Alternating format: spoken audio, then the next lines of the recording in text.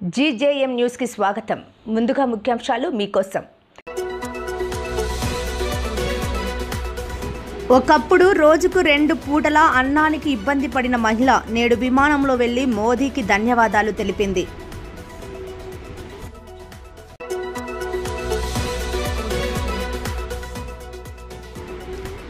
ఎన్నికలు ఎప్పుడొచ్చినా విజయాన్ని అందుకోవాలని కోరిన సోనియా గాంధీ।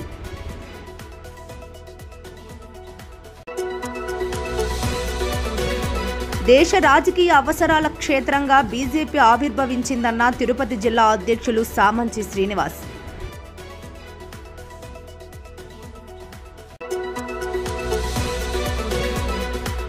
తిరుపతిలో ఘనంగా ప్రసన్న కవి శంకరంబాడి సుందరాచారి 49వ వర్ధంతి వేడుకలు।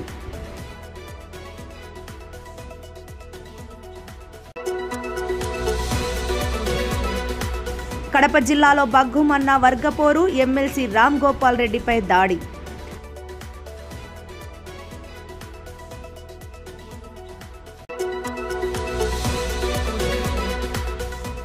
చంద్రబాబుకి తొత్తులుగా వ్యవహరిస్తే బట్టలు ఊడదీస్తా, పోలీసులకు వార్నింగ్ ఇచ్చిన వైఎస్ జగన్।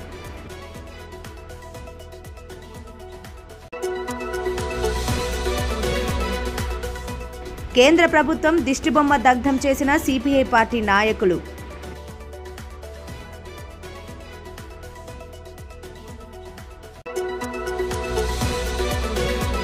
జగన్ అరాచకత్వానికి దేవుడు కూడా బాధితుడేనన్న టీడీపీ నాయకులు బుచ్చి రాంప్రసాద్।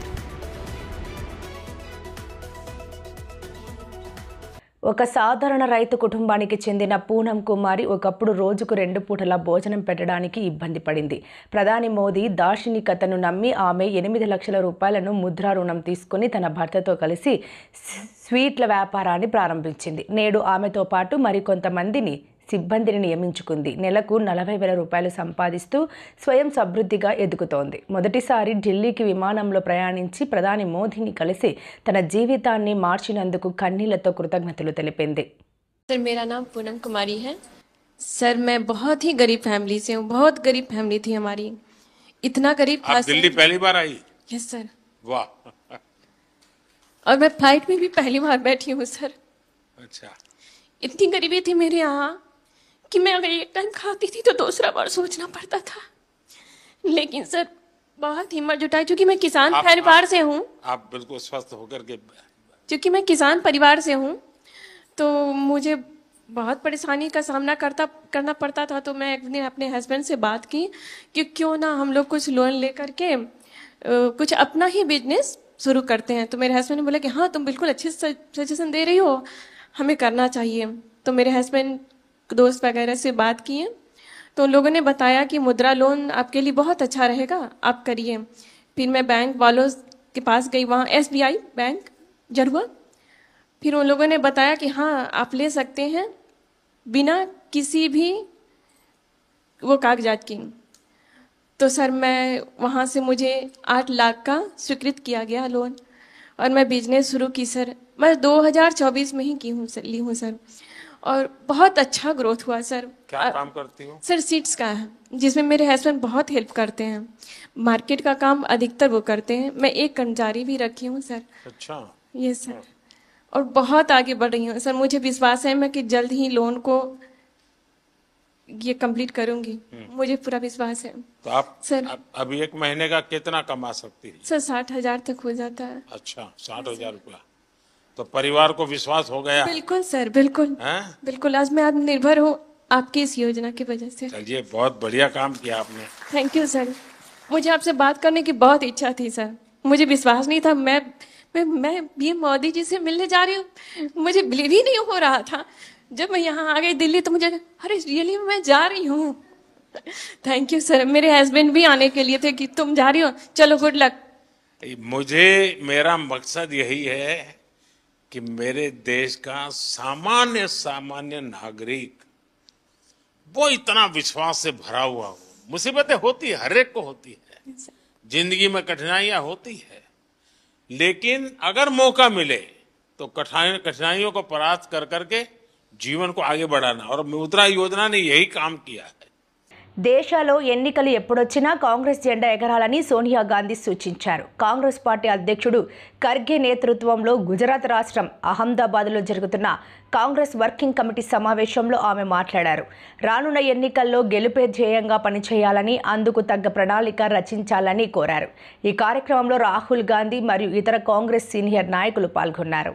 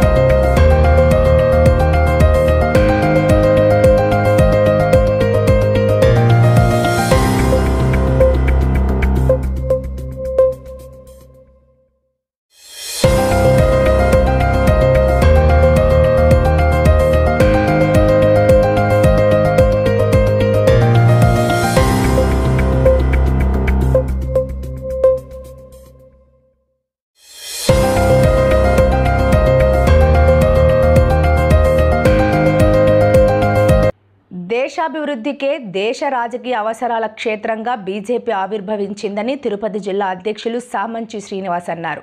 బీజేపీ పార్టీ ఆవిర్భావ వేడుకల్లో భాగంగా తిరుపతిలో బైక్ ర్యాలీ నిర్వహించి పలు దేశాల్లో జెండా ఆవిష్కరణ చేశారు. దక్షిణ భారతదేశంలో కూడా బీజేపీ ప్రభుత్వం రావడానికి ఎన్నో రోజులు లేదని, కార్యకర్తల అకుంఠిత పోరాటంతో నరేంద్ర మోదీ నాయకత్వంలో తెలుగు రాష్ట్రాల్లో బీజేపీ అధికారంలోకి వస్తుందని TTD board member Bhanuprakash Reddy వెల్లడించారు.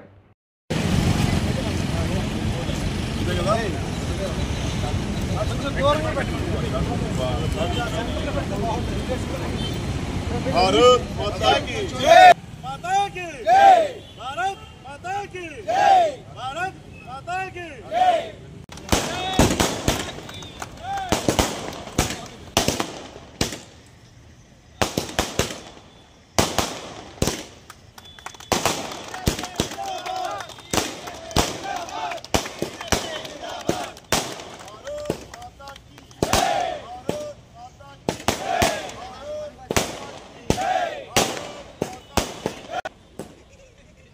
కార్యకర్తల సైన్యం కలిగిన అతిపెద్ద రాజకీయ పార్టీ భారతీయ జనతా పార్టీ యొక్క కార్యకర్తలుగా ఇవాళ సగర్వంగా కమలం జెండాను వాడవాడల పురవీధుల్లో ఎగరవేసుకుంటూ పార్టీ యొక్క 45వ ఆవిర్భావ దినోత్సవాన్ని పార్టీ కార్యాలయాల కేంద్రంగా దేశవ్యాప్తంగా ఇవాళ మేము సగర్వంగా నిర్వహించుకుంటున్నటువంటి ఒక పండుగ.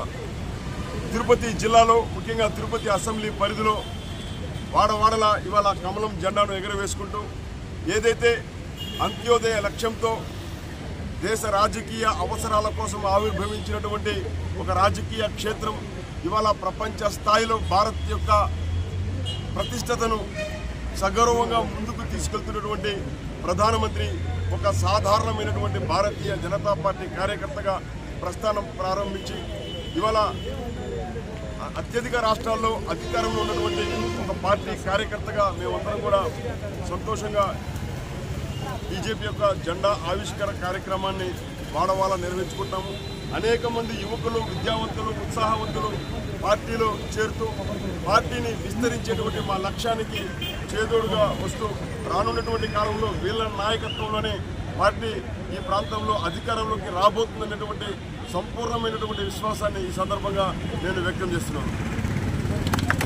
అన్ని రంగాల్లో ముందుకు తీసుకోబోతున్నారని చెప్పిన నమ్మకంతో ఈరోజు అనేక మంది భారతీయ జనతా పార్టీ వైపు చూస్తున్నారు. ఈరోజు ముఖ్యంగా తిరుపతి జిల్లాలో అనేక ప్రాంతాల్లో ఈరోజు చిన్నగొట్టుగల్లో కానీ తిరుపతి లక్ష్మీపురంలో కానీ అనేక మంది యువకులు భారతీయ జనతా పార్టీలోకి వందలాదిగా ఈరోజు చేరారు. దీనికి రాష్ట్ర భారతీయ జనతా పార్టీ నుంచి వారికి ఆహ్వానాన్ని అందిస్తూ రాబో రోజుల్లో ఆంధ్రప్రదేశ్లో బలమైన శక్తిగా మండల స్థాయి నుంచి బూత్ స్థాయి నుంచి భారతీయ జనతా పార్టీని బలోపేతం చేసుకుంటూ ముందుకు పోతూ కాషాయ అజెండాతో భారతీయ జనతా పార్టీ జెండాతో అసెంబ్లీలోకి, పార్లమెంట్లోకి ఎక్కువ శాతం అడుగుపెట్టే దిశగా మా ప్రయత్నం ఉంటుందని చెప్పి ఈ సందర్భంగా తెలియజేస్తున్నాం. శంకరంబాడి సాహితీ పీఠం మరియు తిరుపతి జిల్లా రచయితల సంఘం సంయుక్త ఆధ్వర్యంలో రాష్ట్ర గీతాన్ని అందించిన ప్రసన్న కవి శంకరంబాడి సుందరాచారి 49వ వర్ధంతి తిరుపతిలో ఘనంగా నిర్వహించారు. స్థానిక లక్ష్మీపురం కూడలిలో ఉన్న శంకరంబాడి విగ్రహానికి ఘనంగా పూలమాలలు వేసి నివాళులు అర్పించారు. ఈ సందర్భంగా శంకరంబాడి సాహితీ పీఠం వ్యవస్థాపక అధ్యక్షులు డాక్టర్ డి మస్తానమ్మ మాట్లాడుతూ శంకరంబాడి జయంతి వర్ధంతి వేడుకలను ప్రభుత్వం అధికారికంగా నిర్వహించాలని కోరారు.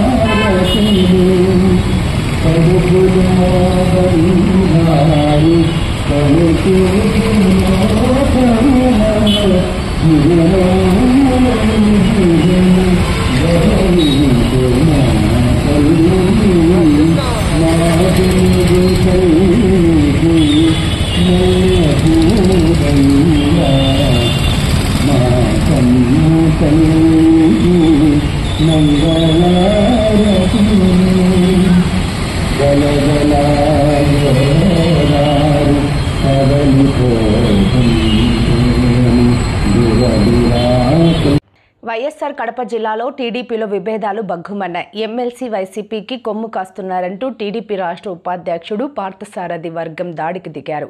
పులివెందుల నియోజకవర్గం స్థాయి సమీక్ష సమావేశంలో మంత్రి ఎదుటే దాడికి యత్నించారు. IIITలో ఉద్యోగాలు క్యాంటీన్లను సైతం ఎమ్మెల్సీ రామ్ గోపాల్ రెడ్డి వైసీపీ శ్రేణులకు అమ్ముకుంటున్నారంటూ పార్థసారథి రెడ్డి తమ్ముడు శేషారెడ్డి ఆరోపించారు.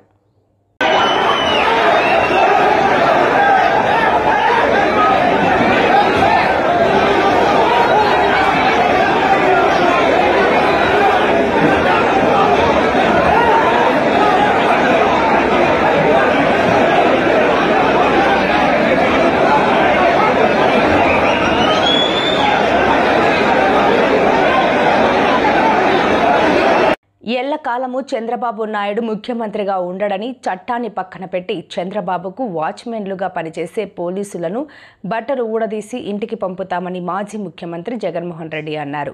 అనంతపురం జిల్లాలో రాప్తాడు పర్యటనలో ఆయన పోలీసులపై మండిపడ్డారు. ఎల్లకాలం చంద్రబాబు నాయుడు గారి పరిపాలన సాగదు.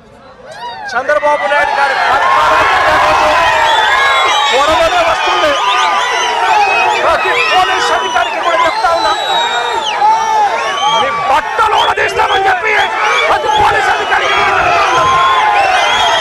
యూనిఫామ్ తీస్తాం, చట్టం మిమ్మల్ని నిలబెడతాం, దోషులుగా మిమ్మల్ని నిలబెట్టి మీ యూనిఫామ్ తీయించి మీకు ఉద్యోగాలు లేకుండా చేస్తామని కూడా ఈ సందర్భంగా ఇప్పటికైనా చెప్తా ఉన్నా, ప్రతి పోలీస్ అధికారిలో కూడా మార్పు తెచ్చుకోండి. ఎల్లకాలం ఇదే పరిపాలన సాగదు. మీరు చేసిన ప్రతి పనికి కూడా వడ్డీతో సహా లెక్కేసి మిమ్మల్ని దోషులుగా నిలబెట్టి మీతో కక్కిచ్చే కార్యక్రమం ఖచ్చితంగా చేస్తామని చెప్పి కూడా ఈ సందర్భంగా ప్రతి పోలీస్ అధికారికి కూడా చెప్తా ఉన్నాం. కేంద్ర ప్రభుత్వం పెంచిన వంట గ్యాస్ ధరలను తగ్గించాలని గజ్వెల్ అంబేద్కర్ చౌరస్తా వద్ద సిపిఐ పార్టీ ఆధ్వర్యంలో కేంద్ర ప్రభుత్వం దిష్టిబొమ్మ దగ్ధం చేశారు. ఈ కార్యక్రమంలో గజ్వెల్ నియోజకవర్గం సిపిఐ పార్టీ కార్యదర్శి శివలింగు కృష్ణ మాట్లాడుతూ కేంద్ర ప్రభుత్వం గ్యాస్ ధర నిత్యావసర సరుకుల ధరలు పెంచి పేదల నడ్డి విరిగేలా చేస్తుందని మండిపడ్డారు. ఈ కార్యక్రమంలో సిపిఐ పార్టీ నాయకులు తదితరులు పాల్గొన్నారు.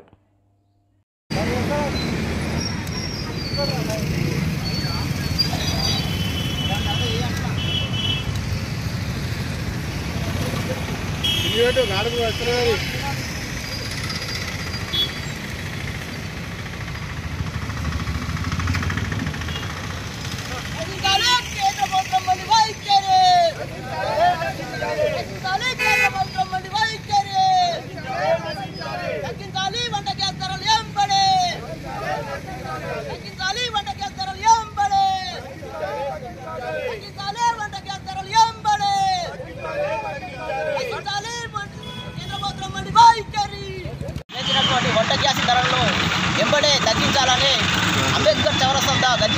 రాష్ట్రవ్యాప్తంగా కేంద్ర ప్రభుత్వం దిష్టిబొమ్మను దగ్నం చేయడం, సిపిఐ పార్టీ ఆధ్వర్యంలో కేంద్ర ప్రభుత్వం దిష్టిబొమ్మను దగ్నం చేయడం జరిగింది.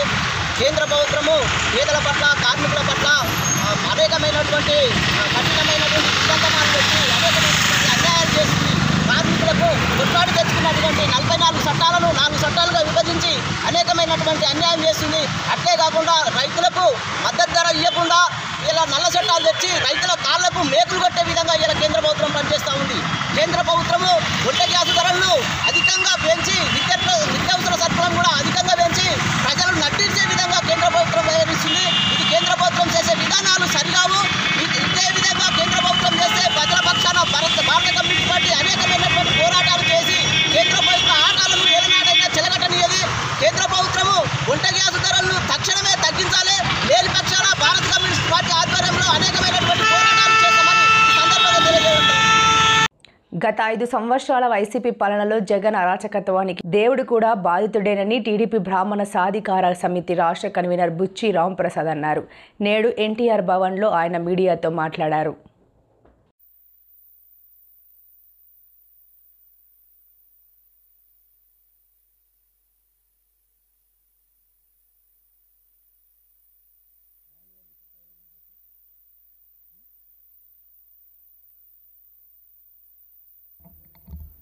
అందరికీ నమస్కారం.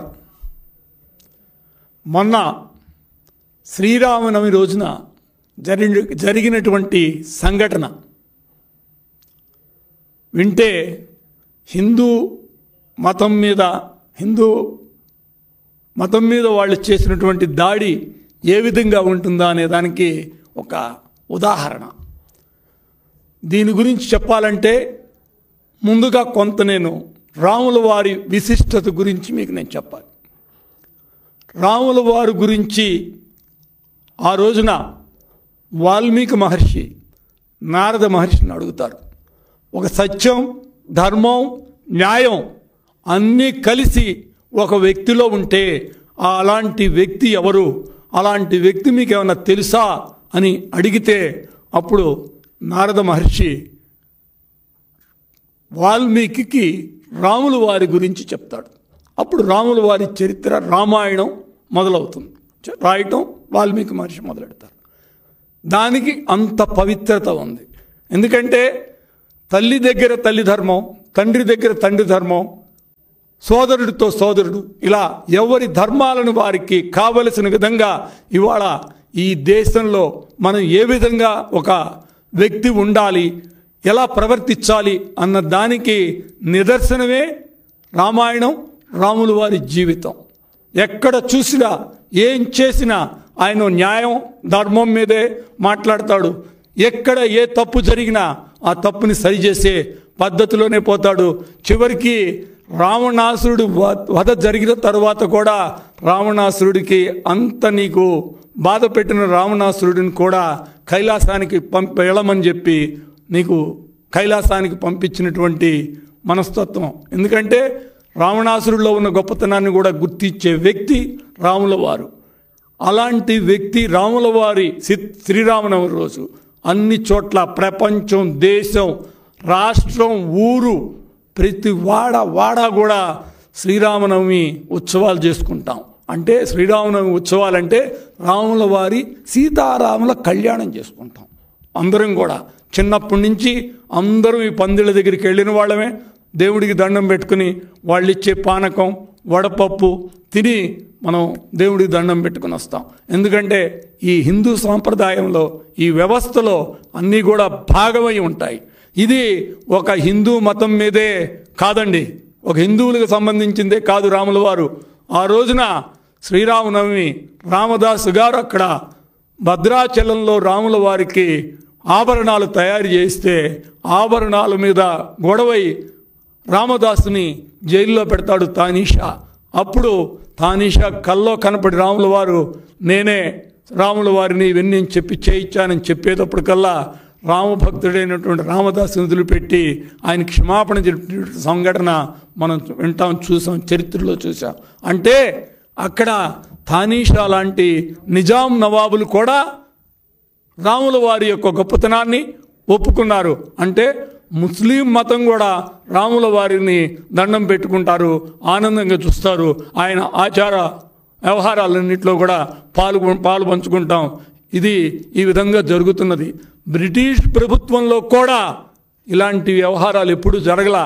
నిన్న ఆలూరు ఎమ్మెల్యే గారు వెళ్ళి ఆయన చేసిన పని ఏంటండి? అసలు ఏమన్నా మతుండి చేస్తారా? ఎవడన్నా బుర్రున్నాడా పని చేస్తాడండి? ఒకసారి మీరు ఆలోచించండి. యథా రాజా తథా ప్రజ. రాజుగారు ఏ విధంగా ఉంటాడో ఆయన దగ్గర ఉండే బంటులు కూడా ఆ విధంగానే ఉంటారు. రాజుగారి గురించి చెప్పాలంటే ఇక అసలు ఇప్పుడు ఈ సమావేశం మొత్తం రాజుగారి మీదే పోతుంది. ఆ రాజుగారు ఎవరయ్యా అంటే రాజులను తలపించేటువంటి వ్యక్తే మన జగన్మోహన్ రెడ్డి గారు, మాజీ ముఖ్యమంత్రి. తన ఇంట్లో ఉగాది ఉత్సవాల కోసం వెంకటాయపాలెంలో దగ్గర 4-5 కిలోమీటర్లో గుడి ఉంటే గుడికి వెళ్ళం. మేము దేవుడే మా దగ్గరికి రావాలి, ఇంట్లో సెట్టింగ్ చేస్తాం. ఎవరన్నా ప్రసాదం ఇస్తే చూసి పక్కన పెడతాం, అక్షంతలు ఇస్తే కింద పడేస్తాం. మాకేమి సంబంధం లేదు. మేము ఏ మతాన్ని గౌరవించాం. రాజకీయ అవసరాలకు అన్ని మతాలని వాడుకుంటాం. అది మా పద్ధతి. వార్తలు ముగించే ముందు ముఖ్యాంశాలు మరోసారి.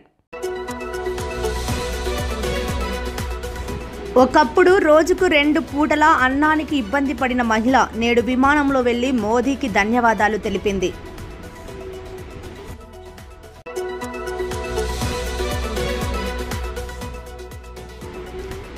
ఎన్నికలు ఎప్పుడొచ్చినా విజయాన్ని అందుకోవాలని కోరిన సోనియా గాంధీ.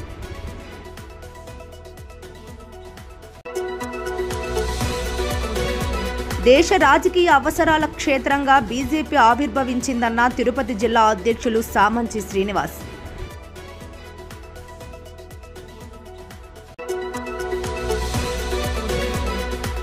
తిరుపతిలో ఘనంగా ప్రసన్న కవి శంకరంబాడి సుందరాచారి 49వ వర్ధంతి వేడుకలు.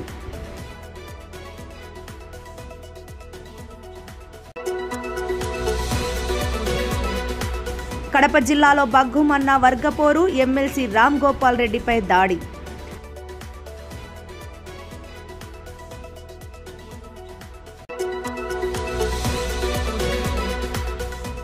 చంద్రబాబుకి తొత్తులుగా వ్యవహరిస్తే బట్టలు ఊడదీస్తా, పోలీసులకు వార్నింగ్ ఇచ్చిన వైఎస్ జగన్.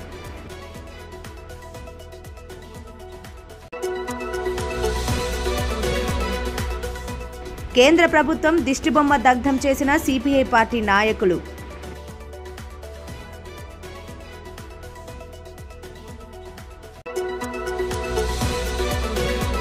జగన్ అరాచకత్వానికి దేవుడు కూడా బాధితుడేనన్న టీడీపీ నాయకులు బుచ్చి రాంప్రసాద్.